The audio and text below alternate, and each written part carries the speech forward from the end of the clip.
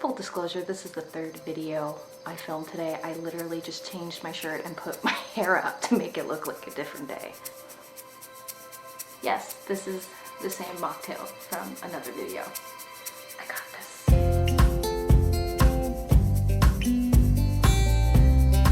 Hello fellow humans, and welcome back to the Nerdy Box. And yes, this is another book review video. I am actually filming the same day I filmed my first book review. I'm kind of just wanting to get it out there so I get more comfortable, because I swear this is the most nerve-wracking videos I've ever made. And I don't understand why. It's very nerve-wracking for me. By the title, you already know I will be reviewing The Five by Hallie Rubenhold.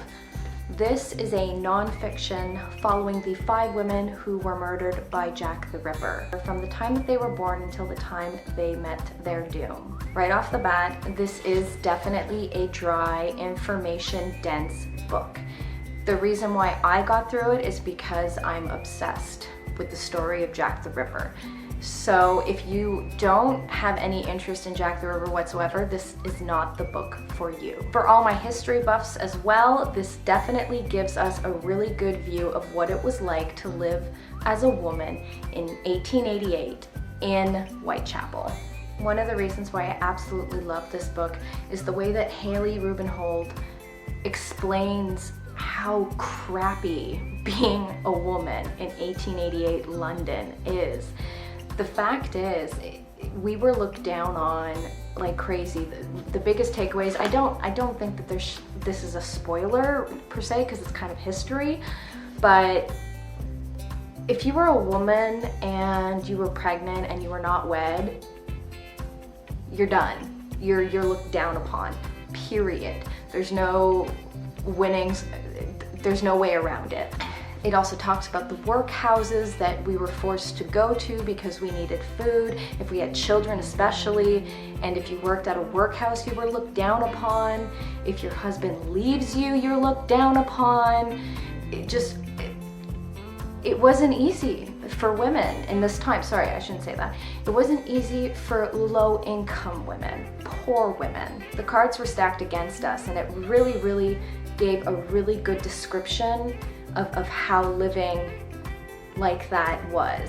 And it also shows the humane side of these 5 women. Like, most people think all 5 women were prostitutes. Guess what? Only 2 were actual prostitutes. Some of them were alcoholics, some of them were women that were just left by their husbands. This book does not focus on the actual murders of Jack the Ripper. It focuses on the women's lives. So as a woman, I very much enjoyed this. I'm also a history buff, so learning about 19th century London was fascinating for me. Once again, very, very dense and kind of dry, but for me, I absolutely adored this book. So for all my Jack the Ripper fans, please pick this up. It'll give you a different perspective on the story. So there's another very quick book review. I hope you enjoyed, and if you did, please give me a thumbs up, and I hope you subscribe. And if you have any thoughts, if you've read this book, go hit me in the comments and tell me what your favorite part was, or even better, which woman was your favorite? I think it was the last one, Mary Jane. Mary Jane is my favorite story out of all of these.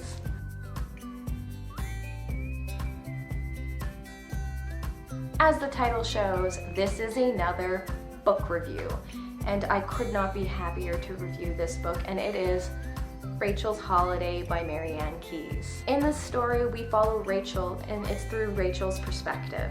It starts off by her waking up in a hospital in New York City, just discovering that her stomach was pumped. Her sister comes and tells her that her parents are sending her off to a rehab back in Dublin where their family resides. Rachel is not happy about this, but she figures, you know what, maybe it could just be like a vacation, and you know, apparently famous people went to this rehab, so you know, maybe there's massage and yoga and spa treatment. So you know what? She needs a holiday, so she's gonna go. As quickly as she arrives, she discovers that maybe it's not what she thought it was. This book goes through the journey of an addict discovering that she is an addict, and the denial and the emotions and the pain and the discovery of things that she has done in her past and the shame that comes with it. It's also about all the emotions that one goes through after being clean. It's also about how she's dealing with all these emotions she hasn't dealt with in ages because she's just been using drugs to cover it.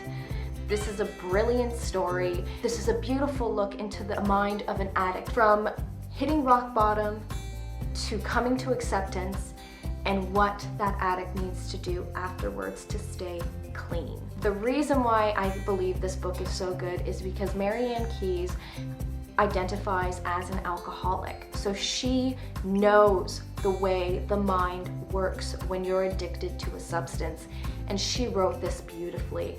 Not only is the emotions so raw, there's comedic influence in it, the characters that are brought in, the relationships that she discussed. This is definitely a character-driven story, but you don't just feel for Rachel, you also feel for the people that she's hurt in the wake of her addiction. You also get a glimpse of how the outside world perceives addicts. And also it's the Walsh family. You get to see characters from other books from Marian Keyes, so that always entices me to read it again. I have read this book for a total of 3 times, and every single time it's an absolute page turner. I couldn't suggest or recommend this book more.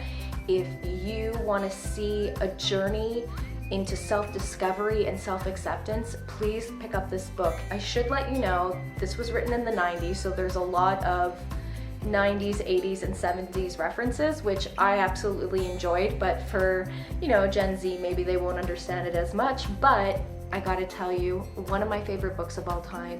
Please pick it up. Even though this book review is very short, I hope you enjoyed it, and if you did, go ahead and please give it a like, and if you really liked it, go ahead and hit the subscribe button, and I will see you next time. Bye.